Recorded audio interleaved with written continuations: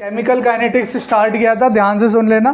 2-3 शब्द हमने इंपॉर्टेंट पढ़े थे। सबसे पहले मैंने बोला था कि 2 टाइप की रिएक्शन होती है। एक होती है बेटा वन स्टेप रिएक्शन। कैसी होती है बेटा? One step. और एक क्या होती है? Multi step. क्या होती है? Multi step. या फिर जिसे हम लोग क्या कहते हैं? कॉम्प्लेक्स। क्या कहते हैं बेटा? कॉम्प्लेक्स। तो जो कॉम्प्लेक्स वाला होता है या मल्टी स्टेप रिएक्शन होती है, इसमें मैंने आपको 3-4 बातें और बताई थी। मैंने आपको क्या बताया था मल्टी स्टेप या कॉम्प्लेक्स में? कि मल्टी स्टेप और कॉम्प्लेक्स के लिए मॉलिक्यूलैरिटी डिफाइन नहीं कर सकते, पर वन स्टेप के लिए मॉलिक्यूलैरिटी भी और ऑर्डर भी डिफाइन कर सकते हैं। मल्टी स्टेप में जितनी सिंगल स्टेप रिएक्शन हो रही है उसकी तो मॉलिक्यूलैरिटी डिफाइन कर सकते हैं, पर ओवरऑल रिएक्शन की मॉलिक्यूलैरिटी डिफाइन नहीं कर सकते। एक चीज़ ध्यान रखना, जो मल्टी स्टेप रिएक्शन है, कॉम्प्लेक्स रिएक्शन है, इसका ऑर्डर डिफाइन कर सकते हैं। क्या डिफाइन कर सकते हैं? ऑर्डर। उसी के लिए आज हम लोग लड़ाई लड़ेंगे। देखना जब क्वेश्चन आता है 3 नंबर 4 नंबर का, तो तुम लोग कहते हो बहुत मुश्किल क्वेश्चन है, पर देखो कितने आसानी से हम लोग सॉल्व करेंगे। ठीक है, इसको अभी समझेंगे।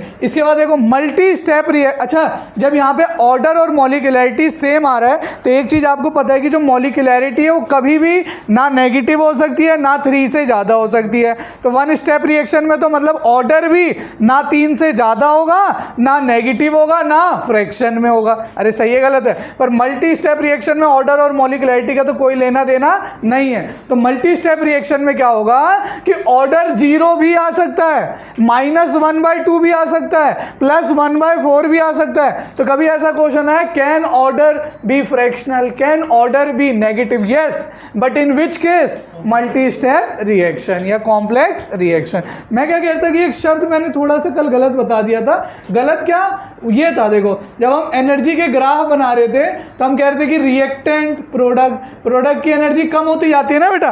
तो मैं कह रहा था कि हमने बोला था कि जो ट्रांजिशन स्टेट होते हैं, क्या होते हैं बेटा? Transition state. कि सिंगल स्टेप रिएक्शन में कितना ट्रांजिशन स्टेट? 1। मल्टी स्टेप में मोर देन 1। वो जो मैं कह रहा था ना कि बीच में ए बॉन्ड टूट रहा है और ए बी बॉन्ड बन रहा है और बी बी बॉन्ड टूट रहा है, तो इसको हम लोग कहते हैं इंटरमीडिएट। क्या कहते हैं बेटा? इंटर। मैं ट्रांजिशन बार ये शब्द इस्तेमाल कर रहा था, मैंने वीडियो देखी थी उसमें बार ट्रांजिशन में बोल रहा था। तो ये इंटरमीडिएट स्टेट है। कौन सा स्टेट है बेटा? इंटरमीडिएट। तो ये चीज़ याद रखना। अब आज का पार्ट स्टार्ट करते हैं। सिंगल स्टेप रिएक्शन के लिए हम लोग सब कुछ देख चुके हैं। अच्छा, सिंगल स्टेप के लिए जो दिख रहा होगा वही ऑर्डर होगा और वही मॉलिक्यूलैरिटी। जैसे मतलब कि अगर ऐसा आपको दिख रहा है कि भाई 2A + B लड़के C बना रहे हैं, तो कितने मॉलिक्यूल लड़ रहे हैं? 3। तो इसका ऑर्डर भी कितना है? 3। और मॉलिक्यूलैरिटी भी कितना है? 3। सिंगल स्टेप के लिए। किसके? मैंने कहा था मल्टी स्टेप के लिए पहली बात तो मॉलिक्यूलैरिटी बता ही नहीं सकते, ऑर्डर निकाल सकते हैं। वो मैं आपको सिखाऊंगा। विशाल खो गया, डिप्रेशन आ जाता है। ठीक, वो मैं आपको बताऊंगा कि कैसे निकालना है। ठीक है, क्या हुआ? किसी की याद आ गई तुम्हें? चलो देखो, पहले मैं तुम्हें समझा देता हूँ। देखो, है मुश्किल, फिर तुम बोलोगे मुश्किल सवाल है। मैं देखो पहले दिमाग में इमेज बना दे रहा हूँ, करना क्या, फिर देखेंगे। इसमें लिख दिया मैंने, टाइम बचेगा तुम्हारा। 2-3 मेरे शब्द पकड़ लो बस, क्वेश्चन हर बार सही करके आओगे। पहला शब्द ये है कि जब भी मल्टी स्टेप रिएक्शन होगी, नाम में ही क्लियर है, एक से ज़्यादा स्टेप लिखा होगा, वहाँ उसका मैकेनिज्म लिखा होगा। क्या लिखा होगा? मैकेनिज्म। तो एक छोटा सा एग्जाम्पल दे रहा हूँ कि भाई मान लो कि रिले रेस समझते हो? रिले रेस जिसमें 3-4 लोग मिलके दौड़ते हैं ना भाई, लकड़ी पकड़ाता है, फिर है ना ऐसे करते करते तीनों चारों मिलके जितने भी मीटर की रेस होती है, अगर उसमें कोई एक रेसर है, मान लो मेरे जैसा ही भाई, बिल्कुल मोटा सा है, दौड़ नहीं पा रहा सही से, और 3 तुमने साथ में भले एक हुसैन बोल्ट दे दिया, एक विराट कोहली दे दिया, एक महेंद्र सिंह धोनी दे दिया, पर भाई वो जो 1 किलोमीटर की रेस है वो किसकी स्पीड पे डिपेंड करेगी कि वो रेस कितने देर में ख़त्म हो रही है? मेरे। अरे सही है ना?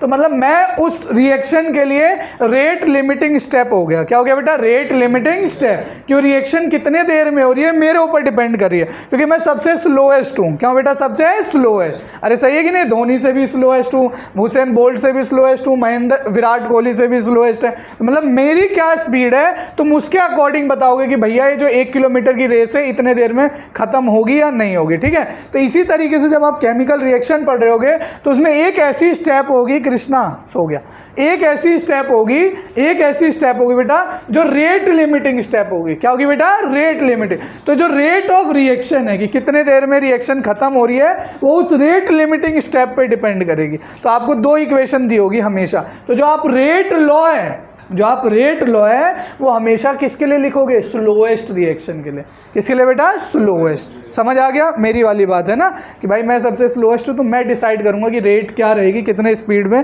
पहुँच पाऊँगा। अब देखो तो मतलब जब भी ऐसा मल्टी स्टेप वाला होगा तो सबसे पहला काम है रेट लॉ लिखना। रेट लॉ किसके लिए लिखोगे? फास्टेस्ट के लिए, इक्विलिब्रियम के लिए या स्लोएस्ट के लिए?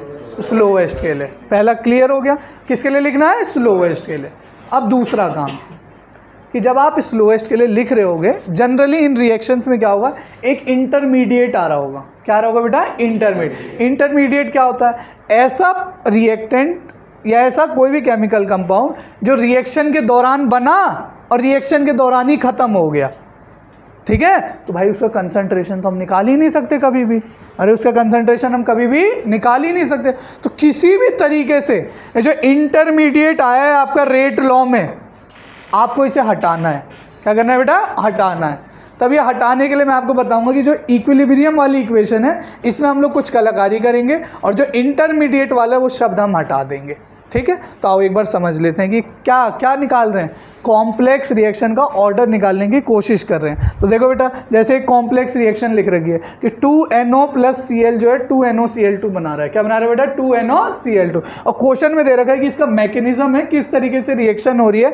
NO + Cl2, NO + Cl2 क्या बना रहा है? NoCl2। और ये किसका साइन है? इक्विलिब्रियम। किसका साइन है बेटा? इक्विलिब्रियम। दूसरा दे रखा है आपको NoCl2 + NO जो है वो क्या बना रहा है? 2NoCl। पर इसके आगे कुछ एक शब्द लिखा है स्लो। क्या लिखा है बेटा? स्लो। तो अगर स्लो लिखा है तो आप लोग मुझे बताओ कि अगर स्लो लिखा है, जैसे ये देखो मैं आपको क्लियर कर देता हूँ, ये लिखा था NoCl2 प्लस क्या लिखा हुआ है बताओ? NoCl2 + NO। क्या लिखा है बेटा? NO। ये क्या बना रहा है? बोलो 2। अरे क्या बना रहा है? 2NoCl। क्या बना रहा है? 2NoCl। तो भाई मैं रेट लॉ केवल किसके लिए लिखता हूँ? स्लोएस्ट। किसके लिए लिखता हूँ? स्लोएस्ट। तो अगर ये स्लोएस्ट है तो इसी के लिए तो रेट लॉ लिखूंगा। अरे भाई स्लोएस्ट तो यही है, तो रेट लॉ किसके लिए लिखूंगा? इसके लिए। अच्छा, रेट लॉ क्या होता था? रेट लॉ कांस्टेंट इनटू किसका कंसंट्रेशन? रिएक्टेंट का है, प्रोडक्ट का? रिएक्टेंट। तो एक तो किसका कंसंट्रेशन? NoCl2 और दूसरा किसका कंसंट्रेशन? NO। किसका बेटा? NO। क्लियर हो गया? रेट लॉ में ऐसे ही लिखना था। अब मैंने ये बोला जब आप ये रिएक्शन देख रहे होगे तो इसमें आपको एक चीज़ दिखेगी। क्या दिखाई दे रही है? कि NoCl2 से NoCl2 कट रहा है। इसका मतलब ये इंटरमीडिएट है। क्या है बेटा? इंटर। रिएक्शन के दौरान ही बना और रिएक्शन के दौरान ही खत्म हो गया। तो इस रेट लॉ में मुझे किसी भी तरीके से इस NoCl2 को मुझे गायब करना है। क्या करना है बेटा? गायब। क्या करना है? गायब। तो अब गायब करने के लिए तुम्हें रिएक्शन में एक हिंट दे रखा है। एक रिएक्शन दे रखी है इक्विलिब्रियम वाली। क्या लिख रखी है बेटा? इक्विलिब्रियम। आपको पता है जो K इक्विलिब्रियम होता था, याद करो 11th क्लास में ही पढ़ा था, अभी पिछले चैप्टर में ही पढ़ाया था, जो मैं आपको बताता था कोफिशिएंट। हम लोग क्या लिखते थे? Product upon reactant. तो यहाँ पे प्रोडक्ट क्या हो जाएगा? NoCl2। अरे भाई K इक्विलिब्रियम ये है तो इसी रिएक्शन के लिए तो लिखूंगा। अपॉन रिएक्टेंट में किसका कंसंट्रेशन? NO का और Cl2 का। किसका बेटा? NO का और Cl2 का। गलत है? सही है? सही है। मुझे क्या गायब करना था? क्या गायब करना था? NoCl2। तो यहाँ से मैं NoCl2 की अगर वैल्यू निकाल लूँ तो मुझे क्या मिलेगा बताओ? K equilibrium into NO into Cl2 किसके बराबर हो जाएगा? NoCl2 के बराबर। किसके बराबर बेटा? NoCl2 के बराबर। अरे सही है कि गलत है? सही है ना? यहाँ से बस मुझे NoCl2 चाहिए था तो इसे मल्टीप्लाई कर दिया। अब इस वैल्यू NoCl2 की जगह बस मैं ले जाके उस वाली इक्वेशन में हम लोग क्या रख देंगे? बस NoCl2 की जगह एक तो एक K पहले से था और एक K किसका है बेटा? K equilibrium. और क्या आ गया है? NO। और क्या आ गया है? Cl2। और क्या था बेटा? NO। ये तो पहले से था ना NO। इस NoCl2 की जगह हमने क्या निकाला था? अरे K इक्विलिब्रियम, NO और Cl2। तो मैंने वही लिख दिया K इक्विलिब्रियम, NO और Cl2। अब मुझे ये बताओ NO और NO जो है बेटा ये दोनों सेम है तो ये क्या हो जाएगा बताओ? NO का स्क्वायर। क्या हो जाएगा? NO का स्क्वायर। एक क्या हो जाएगा बेटा? Cl2। क्या हो जाएगा बेटा? Cl2। और K इंटू K इक्विलिब्रियम एक नया कांस्टेंट बन जाएगा क्योंकि दोनों कांस्टेंट है। एक कौन सा कांस्टेंट है? Rate constant. क्या बेटा? Rate constant. और ये कौन सा कांस्टेंट है? इक्विलिब्रियम। तो ये दोनों मिलके मान लो मैं इसको कह दे रहा हूँ K1। क्या कह देना बेटा, K1। K1 का मतलब क्या है, कोई भी एक कांस्टेंट हो गया, ठीक है। ये आ गया मेरा, यहाँ से आ गया मेरे पास रेट, क्या आ गया बेटा, रेट। अब तुम बता सकते हो, यहाँ से मुझे बताओ NO का ऑर्डर कितना आया, 2, Cl2 का 1, ऑर्डर ऑफ रिएक्शन 3। तो ऐसे निकालते हैं कॉम्प्लेक्स रिएक्शन को। क्या मुश्किल है इसमें बताओ, इसी के लिए सब रोते रहते हैं कि बहुत मुश्किल है सवाल। अरे भाई मैं दोबारा क्लेरिफाई करता हूँ। पहला स्टेप कि जो रिएक्शन लिखी है इसमें जो स्लोएस्ट रिएक्शन है उसके लिए मुझे क्या लिखना है, रेट लॉ। क्या लिखना है, रेट लॉ। रेट लॉ क्या होता है, R is equal to K concentration of reactant. अब उसमें से मुझे एक चीज गायब करनी है, कौन सी चीज, इंटरमीडिएट। कौन सा बेटा, इंटरमीडिएट। अब इंटरमीडिएट गायब करने के लिए बस मैं कौन सी इक्वेशन लिख दूंगा, इक्विलिब्रियम वाली। वहां से जो इंटरमीडिएट का कंसंट्रेशन है उसकी टर्म में लाऊंगा, यहाँ पे डालूंगा, यहाँ से मेरा आंसर आ जाएगा हर बार। ऑर्डर आ गया 2 + 1 कितना हो गया, 3। अरे 2 + 1 कितना हो गया, 3। मैं बता रहा हूँ कॉम्प्लेक्स रिएक्शन में ऑर्डर -1 भी आ सकता है, -2/3 भी आ सकता है, -3/2 भी आ सकता है। तो ये कॉम्प्लेक्स है, तो अभी तो 3 आया, पर ये घबराने में 1.5 भी आएगा, माइनस भी आएगा कि तुम कंसंट्रेशन रिएक्टेंट का बढ़ा रहे हो और रेट ऑफ रिएक्शन कम हो गया, मतलब रिएक्शन और स्लो हो गई। तो कभी घबराना मत, अगर ऐसा कभी भी आ रहा है तो कौन सा होगा बेटा, कॉम्प्लेक्स रिएक्शन। कैसा होगा बेटा, कॉम्प्लेक्स। मुश्किल तो नहीं है। क्या 3 शब्द बता दो मुझे कॉम्प्लेक्स रिएक्शन के लिए। पहला स्टेप क्या है, किसके लिए रेट लॉ लिखोगे, स्लोएस्ट। दूसरा काम क्या है, इंटरमीडिएट को हटाना है, तो उसके लिए तीसरा काम क्या करूँगा, इक्विलिब्रियम वाला, और वहाँ से इंटरमीडिएट का कंसंट्रेशन के बराबर वैल्यू लाऊंगा, उसे पुट करूँगा, मेरा आंसर आ जाएगा। अब अगर इसमें मैं पूछूँ कि NO का ऑर्डर कितना है, 2, Cl का 1 और ओवरऑल 3, ये चीज़ें बस साफ सुथरी मैंने लिख दी है ताकि आप लोगों को लिखने में दिक्कत ना हो, ठीक है। देखो इसमें देखो रेट डिटरमाइनिंग स्टेप क्या है बेटा, रेट डिटरमाइनिंग स्टेप मैं लिख भी देता हूँ कि रेट डिटरमाइनिंग स्टेप हमेशा कौन सा वाला होगा बेटा, स्लोएस्ट। क्या होगा बेटा, स्लो। तो थ्योरेटिकली मैं नहीं लिखवा रहा आपको, ठीक है, थ्योरेटिकली नहीं लिखवा रहा, बस यहीं पे मैं बता के भाग जाऊंगा। चलो इसके बाद देखो है ना, वही लिखा, देखो NOCl2 जो है बेटा वो क्या है, इंटरमीडिएट। क्या था बेटा, इंटरमीडिएट। तो कभी भी फाइनल हमारी रिएक्शन में नहीं होना चाहिए, तो उसे हमने हटाने के लिए क्या लिख लिया बेटा, K इक्विलिब्रियम। और यहाँ से किसका कंसंट्रेशन ले आया, NOCl2, और उस NOCl2 को मैंने लाके यहाँ पे पुट कर दिया है ना, NOCl2 की जगह क्या, K इक्विलिब्रियम NO × Cl। अरे वही है, बस साफ सुथरा लिखा हुआ है यहाँ पे, वही है जो अभी तुम्हें बताया। फिर NO की वैल्यू कितनी आ गई, 2, Cl की वैल्यू 1। तो मुझे आप लोग एक चीज़ बता दो कि order with respect to NO कितना हो जाएगा, 2, Cl 1। अगर आपसे कोई पूछे ओवरऑल 3 कितना हो जाएगा, 3। तो इस टाइप के क्वेश्चन कर लोगे अगर कॉम्प्लेक्स वाला आता है कभी पेपर में तो। अरे कर पाओगे, नहीं कर पाओगे, तो याद रखना इसको। चलो कर लोगे इतना। चलो अब एक चीज़ और देख लो, कॉम्प्लेक्स वाला हो गया खत्म। अब बताओ कॉम्प्लेक्स के लिए ऑर्डर और मॉलिक्युलरिटी सेम होगा कि नहीं होगा, नहीं होगा। किसके लिए होता है, सिंपल के लिए या सिंगल स्टेप रिएक्शन के लिए, ठीक है। चलो अब हमने पढ़ा था 0 order, first order, second order. तो हमारे सिलेबस में केवल 0 ऑर्डर और फर्स्ट ऑर्डर है। अब हम ना 3 नंबर और 4 नंबर के क्वेश्चनों के लिए लड़ाई करेंगे बोर्ड में, और नीट में भी खूब सवाल इससे भरे, यहाँ पे भी और फिजिक्स में भी। अभी तक हमने जितना पढ़ा सारा केमिस्ट्री का पार्ट था, इससे पहले वाला मैंने जितना पढ़ा, अब ये वाला पार्ट यहाँ पे भी है, फिजिक्स में भी है। तो अच्छे से पढ़ना, इसको अच्छे से समझना, ठीक है। अच्छा इंटरेस्टिंग बात क्या, तुम्हें सब आता है, देखते जाओ जो तुम बोलोगे। 0 ऑर्डर मतलब इसका ऑर्डर कितना है, 0, ठीक है। अगर एक कोई रिएक्शन लिखी हुई है A से B, क्या लिखी हुई है बेटा, A से B, और मैं कह रहा हूँ रेट लॉ लिखना है, तो रेट लॉ क्या होता है, R = K क्या होता था, रेट कांस्टेंट, और किसका कंसंट्रेशन आता था, रिएक्टेंट। मैंने लिख दिया R डायरेक्टली प्रोपोर्शनल है A की पावर n के, या फिर मैं लिख दूँ R = K A की पावर n। अरे सही है कि नहीं। अब बताओ कौन सा ऑर्डर रिएक्शन है, 0। तो 0 है मतलब A की पावर कितना आ जाएगा, 0। किसी की पावर 0 आता है मतलब वैल्यू कितनी हो जाती है, 1। मतलब R किसके बराबर हो जाएगा, K के। मतलब अगर कोई आपसे बोले कि rate of reaction is equal to rate constant in which order, 0 order. 0 order में जो रेट है वही किसके बराबर है, रेट कांस्टेंट। तो 0 ऑर्डर के लिए वैसे तो मेरे को याद है, आपको PhD करा दी है, अगर कभी भी K की यूनिट निकालनी हो, क्या निकालनी हो बेटा, K की यूनिट या K की वैल्यू निकालनी हो, याद करो ना डायमेंशन जो हमने पढ़ा था। अरे नहीं पढ़ा था आपको, एक फॉर्मूला नहीं बताया था, मोल 1 माइनस, नहीं बताया था। तो वैसे भी निकाल सकते थे, आपको दूसरा भी निकालने का बताया था। तो अगर आपको कभी भी K की यूनिट निकालनी है है ना। तो आप एक तो वैसे निकाल सकते हो, तो दूसरा मैंने कहा था आप नॉर्मली भी निकाल सकते हो। जैसे यहाँ के किसके बराबर है, रेट के, और रेट क्या होता है, बताओ रेट क्या होता है, कंसंट्रेशन अपॉन टाइम, है ना, मतलब मोल पर लीटर पर सेकेंड, तो मतलब मोल लीटर इनवर्स सेकेंड। तो यहाँ पे जीरो ऑर्डर के लिए के की यूनिट भी क्या आएगी, मोल लीटर इनवर्स है। अरे इस पर तो PhD करा दिया यार, कितने डिटेल में तुम्हें पढ़ाया था, तो ये चीज़ याद रखना, ठीक है। तो अगर कभी भी कोई आपसे unit of rate constant zero order के लिए पूछे तो क्या लिखा होगा बेटा, मोल लीटर इनवर्स सेकंड। मैं आपको पहले भी बोल चुका हूँ, अभी 4 नंबर का क्वेश्चन आएगा, 4 नंबर का जब क्वेश्चन आएगा तो आप ये चीज़ ध्यान रखना कि 4 नंबर के क्वेश्चन में कभी भी यूनिट नहीं दिया होगा, ये मतलब सॉरी ये नहीं लिखा होगा it is a zero order reaction, और तुमसे क्वेश्चन सॉल्व करवाएगा, देखना ठीक। और उस क्वेश्चन में केवल तुम्हें के दिया होगा, के की वैल्यू 2 × 10 की पावर 4 है, 3 है, या कुछ भी है मान लो, और आगे लिखा होगा mole litre inverse second inverse. तो वहाँ से आपको पहचान लेना है कि mole litre inverse second inverse अगर रेट कांस्टेंट की यूनिट है, मतलब ये कौन सा ऑर्डर है, जीरो ऑर्डर। कौन सा है बेटा, जीरो। तो जीरो ऑर्डर वाला फॉर्मूला लगाओगे, क्योंकि अभी तो तुम्हें पढ़ाया नहीं, अभी जीरो के बाद फर्स्ट ऑर्डर के अलग फॉर्मूले होते हैं, जीरो ऑर्डर के अलग फॉर्मूले होते हैं। तो तुम्हें यही नहीं पता चलेगा कौन से फॉर्मूले से टी हाफ निकालूं, कौन से फॉर्मूले से कंसंट्रेशन ऑफ रिएक्टेंट निकालूं एट टाइम टी, ठीक है। तो यही वो पॉइंट है, तो आप भूलना मत, नहीं बोलोगे ना।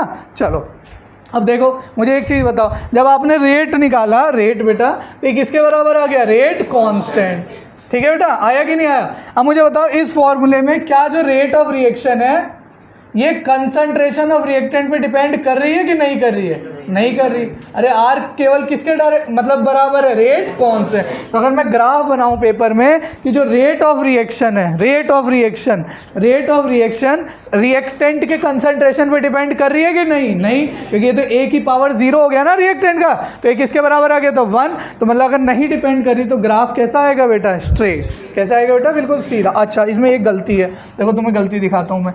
गलती है बेटा, मैं आपको पहले भी कई बार बता चुका हूं कि कभी भी कंसंट्रेशन जीरो नहीं हो सकता, कभी भी कंसंट्रेशन जीरो नहीं हो सकता। तो हमेशा एक छोटा सा गैप बना हुआ रहेगा, जितने भी मैं ग्राफ बना रहा हूँ, जहां पे भी बनाऊंगा।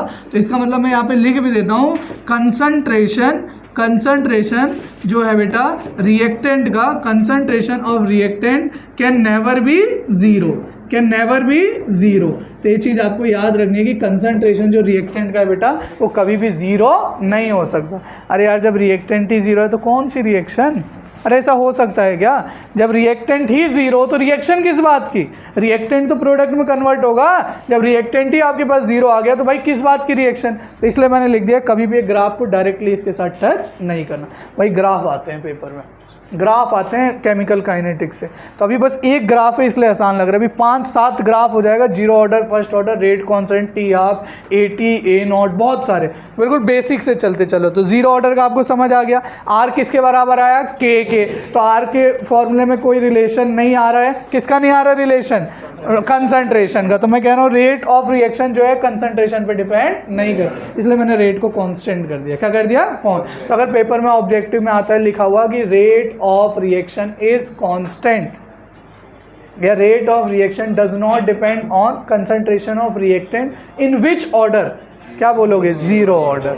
अभी देखना जब अगला फर्स्ट ऑर्डर पढ़ेंगे तो उसमें आ रहा होगा, डिपेंड कर रहा होगा, ठीक है। आप खुद भी बता सकते हो ना, यहाँ a की पावर 1 हो जाएगा फर्स्ट ऑर्डर के लिए, तो फॉर्मूले में Ka आना चाहिए। अरे क्या आना चाहिए, Ka। तो rate of reaction concentration of reactant पे डायरेक्टली कैसे कर रहा होगा, डायरेक्ट। तो वहाँ पढ़ेंगे तो थोड़ा डिटेल में आपको बताएंगे। इतना समझ आ गया आपको। तो यही लिखा देखो, for zero order rate is independent of concentration of reactant. वही बात बस अंग्रेजी में लिख दिया है। Unit of rate constant provide the overall order of reaction, कि जो रेट कांस्टेंट है उसकी यूनिट, अरे उसकी यूनिट, रेट कांस्टेंट की यूनिट, और रेट ऑफ रिएक्शन दोनों क्या है बेटा, सेम। अरे आर किसके बराबर आया, के। तो जो रेट कांस्टेंट की यूनिट है वही किसकी यूनिट आ जाएगी, रेट की। तो वही लिखा हुआ है बस, ठीक है। इतना लिख लो, इतना लिख लो पहले आप लोग, ठीक है, लिख लो, इसके बाद आगे का मैं लिख।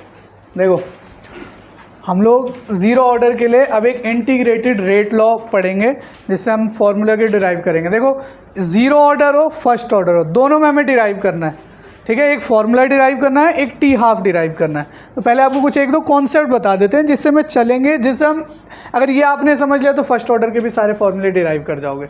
बस आपको थोड़ा सा इंटीग्रेशन आना चाहिए, और मैं उम्मीद करके चल रहा हूँ कि आपको कुछ नहीं आता। ठीक है, तो एक बार बता भी देंगे थोड़ा सा इंटीग्रेशन कैसे होता है। देखो इधर ध्यान से, एक इक्वेशन है जीरो ऑर्डर की, रिएक्शन लिखिए ए से बी। तो उसके लिए आप दो चीज़ें लिख सकते हो, एक तो रेट लिख सकते हो रेट लॉ से। रेट लॉ क्या होता है, के ए की पावर रिएक्टेंट वाला है ना, तो जीरो ऑर्डर है तो आर किसके बराबर आ जाता था, के। रेट लॉ से आर किसके बराबर आया था बेटा, के। दूसरा एक और हम लोग रेट ऑफ रिएक्शन लिखते थे, याद है, minus D A by D T. अरे लिखते थे नहीं लिखते थे, बस कुछ नहीं, दो बार रेट लिख लिया, एक बार रेट लॉ से और एक बार वो हम लोग जो पढ़ते थे है ना इंस्टेंटेनियस रेट। क्या पढ़ते थे, दो रेट लिख के दोनों को बस इक्वल कर देना और इसी को डिराइव करके एक फार्मूला पा जाना है। ये फार्मूला पाने के बाद, निकालने के बाद आप ये बता पाओगे कि अगर इनिशियल इतना रिएक्टेंट था तो इतने टाइम बाद अगर ये जीरो ऑर्डर रिएक्शन है तो कितना कंसंट्रेशन रिएक्टेंट का बचा होगा। या अगर कोई ये बोले कि इतना इनिशियल रिएक्टेंट था, अब इतना रिएक्टेंट बचा है, तो कितना टाइम लगा। या अगर आपको कोई ये बोल दे इतना इनिशियल रिएक्टेंट था, अब इतना रिएक्टेंट बचा है इतने टाइम में, तो रेट कांस्टेंट बता सकते हो। क्या बता सकते हो, रेट कौन। तो उसके लिए अपनी लड़ाई चलेगी। ठीक है, समझना फटाफट से। ठीक है, बिल्कुल सिंपल सा है, बिल्कुल सिंपल सी मैथमेटिक्स लगी है। देखो ध्यान से, हमने क्या बोला, जीरो ऑर्डर रिएक्शन लिया है मैंने ए से बी, जिसका ऑर्डर कितना है बेटा, जीरो। अगर मुझे रेट इंस्टेंटेनियस वाला रेट लिखना है, कैसे लिखते थे, ये रिएक्टेंट में क्या लिखते थे, minus D A by D T. अच्छा मैं चाहूँ तो प्रोडक्ट वाला भी तो लिख सकता था, पर इसलिए नहीं लिख रहा क्योंकि रेट लॉ जो होता है बेटा उसमें हम केवल और केवल किसका कंसंट्रेशन लिख रहे होते हैं, रिएक्टेंट, ताकि कंपैरिजन में आसान हो। मान लिया आसान चीज़ें हो जाएगी। इसमें भी ए आ रहा है और रेट लॉ में भी क्या आ रहा था, ए। वो अलग बात है, ए की ज़रूरत नहीं पड़ी, वो अलग बात है, इसमें ए की ज़रूरत नहीं पड़ी, हट गया। पर अगर ए है ना तो आप लोग इंटीग्रेट आसानी से कर सकते हो। अब यहाँ पे दो इंटीजर आ जाए, एक ए एक बी, तो बहुत मुश्किल हो जाएगा। कॉम्प्लेक्स नहीं करते, सिंपल चलते हैं। सबसे पहला काम है, रेट लिख लिया मैंने इंस्टेंटेनियस, क्या लिखा, minus D A by D. Minus क्यों आता है आपको क्लियर है, क्योंकि ये क्या है, रिएक्टेंट। रेट लॉ से अगर मुझे रेट लिखना हो तो मैं क्या लिखूंगा, R is directly proportional to concentration of reactant। R directly proportional to concentration of reactant की पावर n। n क्या है, ऑर्डर ऑफ रिएक्शन। क्या है बेटा, ऑर्डर। और यहाँ पे ऑर्डर कितना है, जीरो। कितना है बेटा, जीरो। तो a की पावर अगर जीरो है तो मतलब पूरा टर्म कितना हो जाएगा, वन। फिर वही बात हो गई, r किसके बराबर आ गया, k के बराबर। अगर इसको मैं बोल दे रहा हूँ इक्वेशन 1, इसको मैं बोल दे रहा हूँ इक्वेशन 2, तो यहाँ पे जो रेट ऑफ रिएक्शन है वो कितना है, minus D A by D T. यहाँ r किसके बराबर है, k। अब मैं कह रहा हूँ दोनों में r तो क्या है बेटा, सेम, तो इन दोनों को इक्वल कर दे रहा हूँ बस। Minus D A by D T is equal to K. आया इतना, बिल्कुल जीरो बाय जीरो चल रहे हैं भाई, step by step. Minus D A by D T किसके बराबर कर दिया मैंने, के बराबर। क्लियर है। अब बताओ मुझे, मैं यहाँ से लिख सकता हूँ minus D A is equal to K D T. अरे लिख सकता हूँ नहीं, अब मैंने माइनस को शिफ्ट कर दिया माइनस के डी टी। अरे ये वाला माइनस किस साइड शिफ्ट कर दिया, राइट साइड, तो मैंने इसे क्या लिख दिया, माइनस के डी टी। अब मुझे बस क्या करना है, मुझे इंटीग्रेट करना है both side, integrating both side. अब देखो इंटीग्रेटिंग बोथ साइड मैंने लिख दिया कि इंटीग्रेटिंग बोथ साइड। ठीक है, जब इंटीग्रेट करूंगा दोनों साइड तो आपको मैं बता रहा हूँ भाई, डिफरेंशिएशन इंटीग्रेशन आप लोग पढ़ के आए हो। अगर कभी भी इंटीग्रेशन होता है डी एक्स का, किसका बेटा, डी है, तो वैल्यू आती है एक्स के बराबर। किसके बराबर आती है, एक्स। अगर integration of x D x करोगे तब आती थी एक्स स्क्वायर बाय टू। अरे पढ़ा है नहीं पढ़ा, फिजिक्स में मैथ्स कुछ नहीं आती तुम्हें, बिल्कुल नालायक। ये याद रखो, इंटीग्रेशन ऑफ डी एक्स कितना होता है, एक्स। कितना होता है, एक्स। ठीक है, नहीं पढ़ा, ऊपर पावर 1 बढ़ जाती है डिवाइडेड बाय 2। डिफरेंशिएशन में आगे वैल्यू ले जाते हैं, एक -1 कर देते हैं। कोई नहीं, पढ़ लोगे, भगवान चाहेगा तो अगले साल दोबारा पढ़ोगे। देखो इधर, अभी के लिए तुम केमिस्ट्री वाले में तुम्हें पढ़ा देता हूँ। इंटीग्रेशन ऑफ डी एक्स क्या होता है, एक्स। क्या होता है, एक्स। अब मुझे ये बताओ इधर, अरे ये बताओ, ये ए है, ठीक है। अब मैं इंटीग्रेट कर रहा हूँ। देखो बेटा, जब भी दो चीज़ों को इंटीग्रेट कर रहे हो तो कंपैरेटिव होती है। मैं कह रहा हूँ इनिशियल कंसंट्रेशन को मैंने डिनोट किया है ए नॉट से। इनिशियल कंसंट्रेशन को किससे डिनोट किया है, ए नॉट से। और कुछ टाइम बाद कुछ टाइम बाद रिएक्टेंट का कंसंट्रेशन जो है कम हुआ होगा, उसको मैं डिनोट कर रहा हूँ AT से। ये क्या लिखा हुआ है बेटा? AT, मतलब concentration of reactant at time T। अरे यार हड्डी वाला एक हड्डी मिला, इनिशियली इतना रिएक्टेंट था, 100 साल बाद 500 साल बाद देख रहा हूँ तो रिएक्टेंट क्या हो गया? कम। तो इनिशियल कंसंट्रेशन ऑफ रिएक्टेंट था A0, 500 साल बाद जो कंसंट्रेशन है उसे क्या बोला है? AT। जब इनिशियल कंसंट्रेशन A0 था तो टाइम कितना रहा होगा? 0। क्या रहा होगा? 0। अरे इनिशियल कंसंट्रेशन पे टाइम क्या है? 0। और जब AT है मतलब एक कंसंट्रेशन 100 साल बाद, तो भाई उस टाइम टाइम कुछ रहा होगा ना, T। उसे मैंने क्या बोला? T।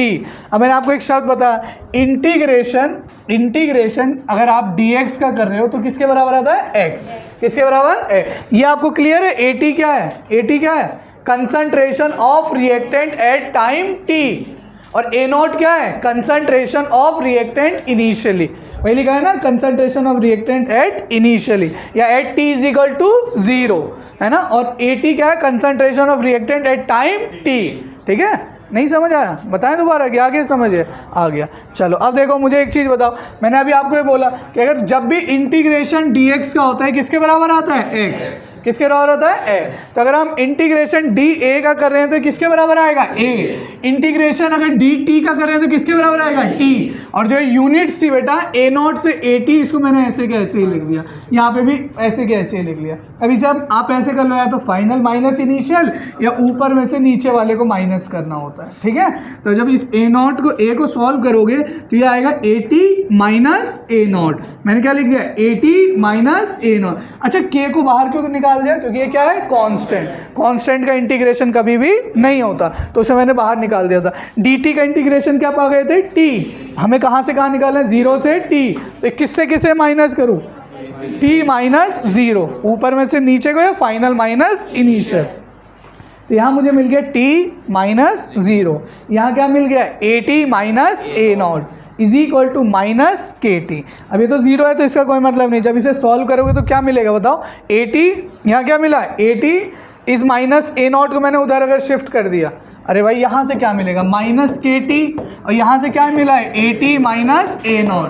अगर मैं ये जानना चाहता हूँ AT किसके बराबर है, तो माइनस वाले को इधर भेज दिया तो क्या हो गया? A0 minus KT। अब देखो AT क्या है? Concentration of reactant at time T। A0 क्या है? Concentration of reactant initially at T is equal to 0। और T क्या है? टाइम, जो आपको लिखा होगा। अब वो तुमसे पूछेगा ये अच्छा, कभी कभी अगर किसी दिन यही क्वेश्चन आ जाए कि डिराइव जीरो लॉ के लिए इक्वेशन, तो आपको भाई डिराइव भी करनी पड़ सकती है। एक आधा बार आ चुका है पेपर में, ध्यान रखना। ये मत बोलना हमें पढ़ाया नहीं गया, है ना। पढ़ा दिया ना तुम्हें। अरे क्या किया है, एक बार रेट इंस्टेंटेनियस, एक बार रेट लॉ, दोनों को इक्वल, और दोनों में हमें बस क्या कर देना है? Integrating both side. एक A0 तो T0, AT तो T, अब बस फाइनल माइनस इनिशियल, पा गए इक्वेशन। अब एक तो ऐसे क्वेश्चन आएंगे पेपरों में, भरे पड़े हैं तुम्हारी किताबों में। एक कभी कभी अगर स्कूल लेवल की बात करें तो डेरिवेशन भी आ जाती है, तो आप लोग घबराना मत। कर पाओगे डेरिवेशन? हर्ष क्या हुआ? डिप्रेशन?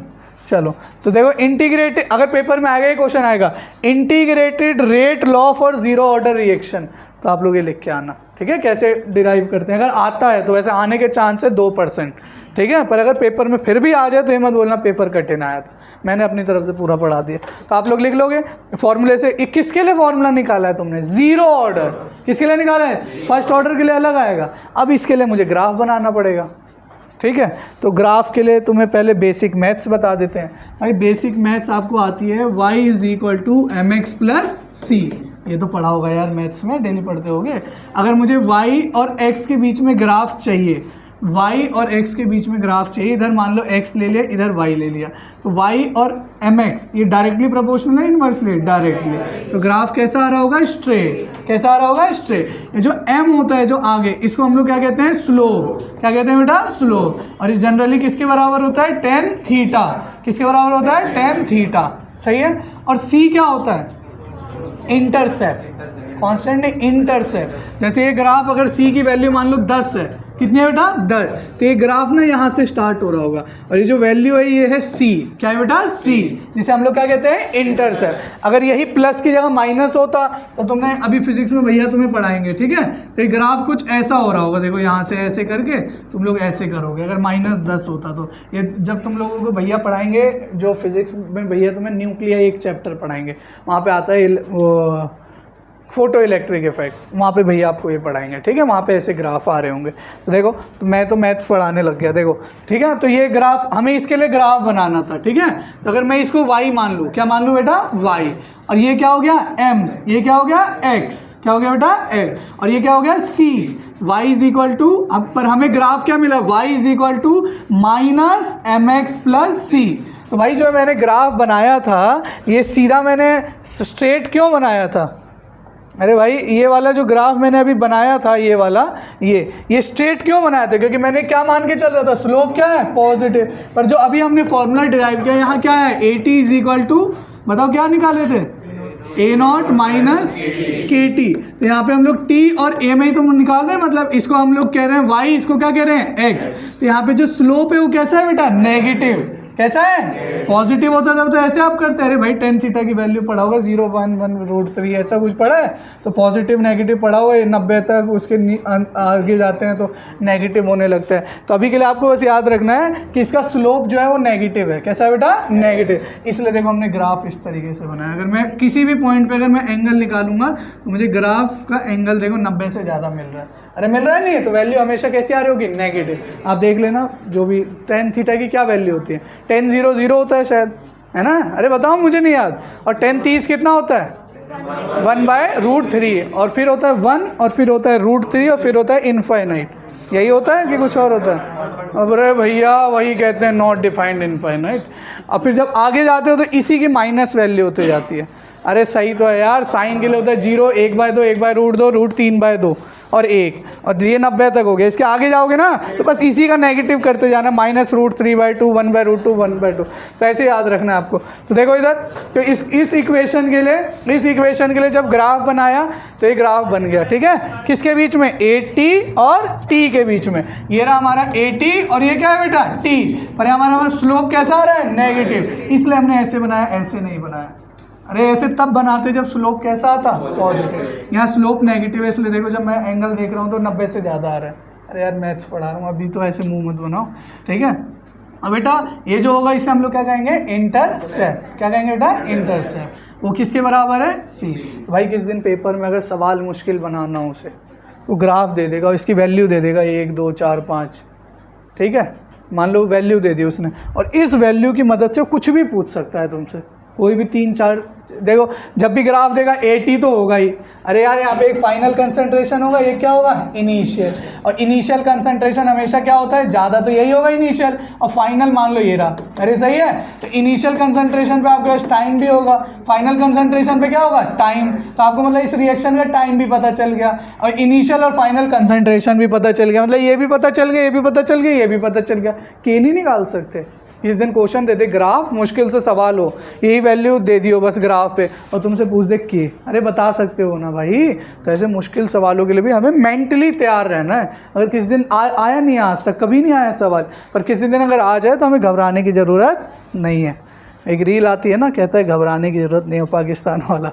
चलो तो ये देखो, अब देखो ध्यान से, एक छोटा सा पॉइंट और है, in a zero order reaction, zero order reaction में जो कंसंट्रेशन है वो डिक्रीज कर रही थी लीनियरली विथ टाइम। अरे सही है ना, बिल्कुल लीनियरली विथ टाइम कंसंट्रेशन क्या हो रहा था बेटा, डिक्रीज, क्या हो रहा था, डिक्रीज। अब एक शब्द है बेटा, ध्यान से सुन लेना जरा, फिजिक्स में भी पूरा बताया ना, एक चैप्टर है उसमें डेली यूज़ हो रहा होगा, टी हाफ, देखना वो बस शब्द समझ लो, ये तो कुछ नहीं है, इसका पूरा एक फॉर्मूला है, पर तुम देखना तुम लोग बता दोगे पक्का। टी हाफ का बस इतना मतलब है कि वो टाइम पीरियड जो जब रिएक्टेंट का कंसंट्रेशन आधा हो जाए जितना आपने इनिशियल लिया था, मतलब अगर आपने इनिशियल 100 मोल लिया था रिएक्टेंट तो कितना हो जाए 50, तो जब 100 से 50 हो गया रिएक्टेंट, उस दौरान जितना टाइम लगा उसे हम लोग क्या कहते हैं, टी हाफ। क्या कहते हैं बेटा, टी हाफ। इसका बस इतना मतलब है कि भाई वो टाइम पीरियड जिसमें रिएक्टेंट जो है उसका कंसंट्रेशन हाफ हो गया, उस टाइम पीरियड को क्या कहते हैं, टी हाफ। क्या कहते हैं, टी हाफ। अब किताबों ने इसके फॉर्मूले डिराइव कर रखे हैं, अरे हमें करने की जरूरत ही नहीं, एक शब्द में खत्म करते हैं। हम क्या पढ़ के आए, AT equal to A0 minus KT। अब मान लो मैं निकाल रहा हूँ फॉर टी हाफ, क्या निकाल रहा हूँ बेटा, for T half. T half का मतलब क्या है, टी हाफ का मतलब फाइनल कंसंट्रेशन कितना हो गया रिएक्टेंट का, आधा। अरे कितना हो गया है, आधा। जितना आपने इनिशियल लिया था उसका कितना हो गया है, आधा। इनिशियल कंसंट्रेशन को हमने किससे डिनोट किया है, A0, मतलब AT किसके बराबर हो गया है, आधा। मतलब कितना, A0 अपॉन 2। अरे A0 क्या था, इनिशियल। अब मैं कह रहा हूँ कि टी हाफ का मतलब वो टाइम जिसमें जो फाइनल रिएक्टेंट का कंसंट्रेशन है वो कितना हो गया है, आधा। कितना हो गया है, आधा। तो फाइनल कंसंट्रेशन किसके आधा हो गया है, रिएक्टेंट के। तो मैं इसे क्या लिख दूंगा, A0/2, और ये क्या था, A0 minus KT half. T नहीं निकाल रहे हैं, क्या निकाल रहे हैं, टी हाफ। भाई इसी के ऊपर सारे सवाल भरे पड़े हैं, ध्यान रखना किताबों में, यहाँ से लेकर फिजिक्स तक बहुत दिमाग खोल के समझना है, ठीक है। हमें टी हाफ ही निकालना है, इसमें क्या निकालना है, टी हाफ। तब ये A0/2 minus A0 is equal to KT half, minus KT half आएगा, माइनस KT हाफ। अरे सही है गलत है, अब यहाँ पे इसे सॉल्व करोगे तो क्या आएगा बताओ, minus A0/2 is equal to minus KT half. Minus से माइनस कट गया, अब बस मुझे टी हाफ चाहिए था। क्या चाहिए था बेटा, टी हाफ। तो टी हाफ कितना आ गया बताओ, A0/2K। किसके लिए निकाला है आपने, जीरो ऑर्डर। किसके लिए, जीरो ऑर्डर। अब पेपर में पूछेगा तुमसे कि जीरो ऑर्डर के लिए एक तो खूब सारे सवाल बनेंगे, ठीक है। अब वो क्या करेगा, इस फॉर्मूले को और इस फॉर्मूले को कंबाइन करके सवाल बनाएगा, इन दोनों के ऊपर। दूसरा करेगा ग्राफ पूछेगा, क्या पूछेगा, ग्राफ। ये टी हाफ है, A0 क्या है, इनिशियल कंस। अब पूछता है कि जीरो ऑर्डर रिएक्शन में टी हाफ जो है वो इनिशियल रिएक्टेंट पे डिपेंड करता है कि नहीं करता, करता ही नहीं करता। अरे करता है, और डायरेक्टली कर रहा है। क्या कर रहा है, डायरेक्टली। तो इस टाइप के सवाल तुमसे पूछे जाएंगे, ठीक है भाई। तो इसमें मेरे को लग रहा है एक स्टेप गलत लिख दिया है मैंने, ये तो सही है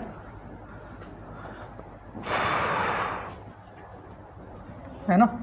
ये भी माइनस माइनस आना था, है ना, फिर माइनस माइनस करके प्लस। समझ आ गया टी हाफ का क्या फॉर्मूला डिराइव किया, A0/2 के। अब देखो, अगर मुझे टी हाफ और A0 के बीच में ग्राफ बनाना हो, भाई ये बताओ, अगर कभी भी डायरेक्टली आता है तो हम लोग स्ट्रेट लाइन ही तो बनाते हैं, और इसमें तो कोई इंटरसेप्ट भी नहीं है, इसमें तो कोई इंटरसेप्ट। अच्छा, इसको मैं टच क्यों नहीं कर रहा, कंसंट्रेशन ऑफ रिएक्टेंट कभी भी जीरो नहीं हो सकता। तो अब देखो, मुझे y और x के बीच में ग्राफ बनाना है, और स्लोप कैसा है, पॉजिटिव, तो स्ट्रेट बनेगा ना। देखो ये रहा टी हाफ और ये क्या है, A0। क्या है बेटा, A0। मैं ऐसे लिख सकता हूँ 1/2K A0, सही है। क्यों, क्योंकि ये किसका काम कर रहा है, m का। किसका कर रहा है, m मतलब क्या होता है, स्लोप। क्या होता है, स्लोप। तो अगर कोई आपसे पूछ दे कि 1/2K क्या है बेटा, स्लोप, या फिर स्लोप को और क्या लिख सकता हूँ, tan थीटा। तो भाई अगर किसी दिन तुम जेई वगैरह में बैठते हो तो कभी किसी दिन एंगल बना के दे देगा tan थीटा का, वहाँ से आप थीटा निकाल लो, और जब थीटा पा गए तो k की वैल्यू पा सकते, देख पा रहे हो। तुम अगर थीटा का कहीं से इंतजाम कर लो, थीटा का अगर आपके पास इंतजाम हो जाए, आएगा नहीं तुम्हारे बोर्ड में, इतनी औकात नहीं उनकी पूछने की, पर अगर फिर भी किसी दिन पूछ ले तो घबराना मत। tan थीटा की वैल्यू का इंतजाम कर लो, तो यहाँ से क्या पा सकते हो, k। अरे मान लो tan थीटा तुम्हें पता चल गया, tan 0 कितना होता है, और tan 30 1/√3 मान लो दे दिया, 30 डिग्री का एंगल है, ठीक है। तो 1/√3 मिल गया तुम्हें, और यहाँ से क्या है 1/2K, तो K की वैल्यू क्या आ जाएगी बताओ, 1/2√3। तो यहाँ से आप वैल्यू पुट कर सकते हो, ठीक है। मतलब बता रहा हूँ ऐसे, मुझे पता है तुम्हें कुछ करना है नहीं, तो बोर्ड का पेपर देना है, फिर रहोगे। इधर देखो, टी हाफ का क्या फॉर्मूला हो गया, A0/2K, A0/2K। ये क्लियर है। y एक्सिस पे हमने क्या लिया है, टी हाफ, और x एक्सिस पे क्या लिया है, A0, और जो स्लोप है वो कितना आ रहा है, 1/2K। ये कर सकते हो नहीं कर सकते, ये क्या बायो आ गई, अरे कर लोगे, ये एक छोटा सा पार्ट रह गया है बस, इसमें लिख लो फिर, और क्या।